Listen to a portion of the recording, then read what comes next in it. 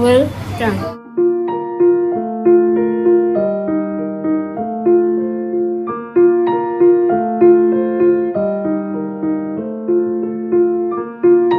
কাজ করতে পারি,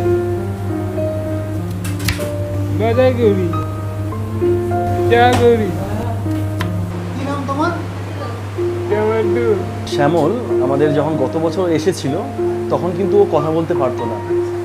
এখন 1 বছর ধরে ও কিন্তু কাস্টমার সঙ্গে ইন্টারঅ্যাক্ট করে করে স্পিচ থেরাপির মাধ্যমে কিন্তু এখনও কথা বলতে পারে।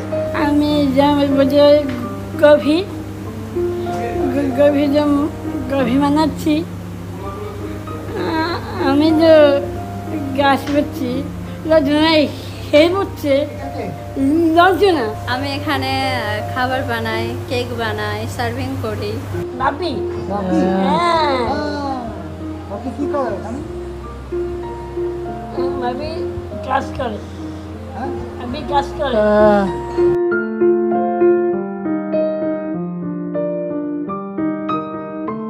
এই ক্যাফেতে আমাদের 3 রকমের বাচ্চা কাজ করে। তার মধ্যে আইডি আছে, আইডির মধ্যে আইডি বলতে ইন্টেলেকচুয়াল ডিসেবিলিটি, তার মধ্যে আমরা যেটা অটিস্টিক বাচ্চা বলছি, সেরিব্রাল পালসি বাচ্চা বলছি, মেন্টাল রিটার্ডেশন বলছি, ডাউন বলছি। এছাড়া আমাদের এখানে ট্রাফিক ভিকটিম বাচ্চারা, আমাদের একটা হোম আছে ট্রাফিকিংয়ের হোম, মানে ট্রাফিকিং থেকে যে বাচ্চারা রেস্কিউ হচ্ছে হিউম্যান ট্রাফিকিং থেকে।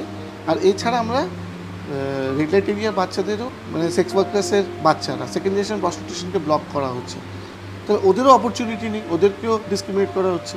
খালি স্পেশাল বাচ্চা না, আমাদের এখানে 9 জন স্পেশাল বাচ্চা, 5 জন ট্রাফিক ভিকটিম আর 2 জন চিলড্রেন অফ সেক্স ওয়ার্কার্স। আমি ডাক্তার হতে চাই, বড় হয়ে পুলিশ হব। পুলিশ হয়ে কি করবে? পুলিশ হয়ে চোরদের ধরবো,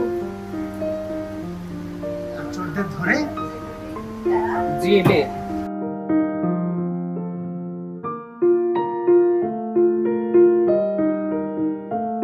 পিৎজা পারি, স্যান্ডউইচ পারি, বার্গার পারি, white sauce, red sauce pasta পারি, পিঙ্ক সস পাস্তা। বাড়িতে বাবা মা আর আমি। তারপর পড়াশোনা কতদিন করেছো? পড়াশুনে 8 অবধি। আমি আছি, বাবা মা দাদা। এখানে কতদিন ধরে কাজ করছো? ওদিন রোজ কাজ করো, ওদিনের আগে কাজ করো, রোজ কাজ করি। আচ্ছা আচ্ছা। আচ্ছা, প্রথম মাসের মাইনে পেয়ে কি করেছিলে? মাইনবকে কেনাকাটা দিয়েছিলাম, কেনাকাটা হয়েছিল, মাইনবে সব দিয়েছিলাম, কি কিনেছো? জামা প্যান্ট হ্যাঁ সব দিয়ে রোজগার করেছিলাম। पास्ता बनाते हैं, पिज्जा का डो बनाते हैं और सब्जी खाते हैं और मिठाई बनाने आता है, मिठाई रसकदाम। প্রথম মাইনে পেয়ে কি করেছিলে? জামা প্যান্ট কিনেছি। আমরা তো অরফ্যান বাচ্চাদেরকে নিয়ে কাজ করি, আমাদের হোমস আছে। তো এই হোমে যে বাচ্চারা আছে যারা স্পেশাল, তাদের জন্য সমাজের সিচুয়েশনটা আরও ডিফিকাল্ট, কারণ ওদেরকে সাপোর্ট করার জন্য তো কেউ নেই। 18 বা 24 বছরের পর যখন এই বেরোচ্ছে, তাদের জন্য কি জব অপরচুনিটি আছে আর কে এদেরকে অ্যাকসেপ্ট করছে?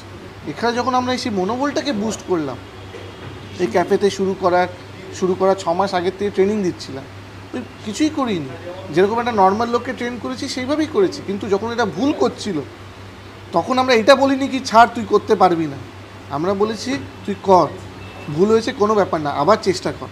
একটা বাচ্চাকে আমি 6 বছর 7 বছর হোমে রেখে তাকে মানুষ করে রাস্তায় যদি ভিক্ষেই চেতে হয়, তাহলে আমি ওকে হোমে রাখছি কেন?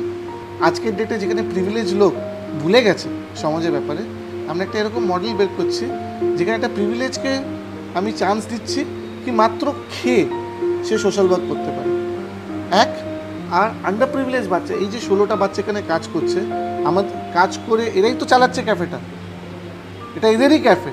এই যে ক্যাফে চালিয়ে যে আয়টা হচ্ছে, ওখান থেকে যদি প্রফিট হয়, এখনও হয়নি, লসেই চলছে, যদি প্রফিট হয় তাহলে সেই পুরো প্রফিটটা এই বাচ্চাদের না, এরকম বাচ্চারা যারা বিভিন্ন হোমসে আছে আমাদের, সেই হোমেই টাকাটা যাবে।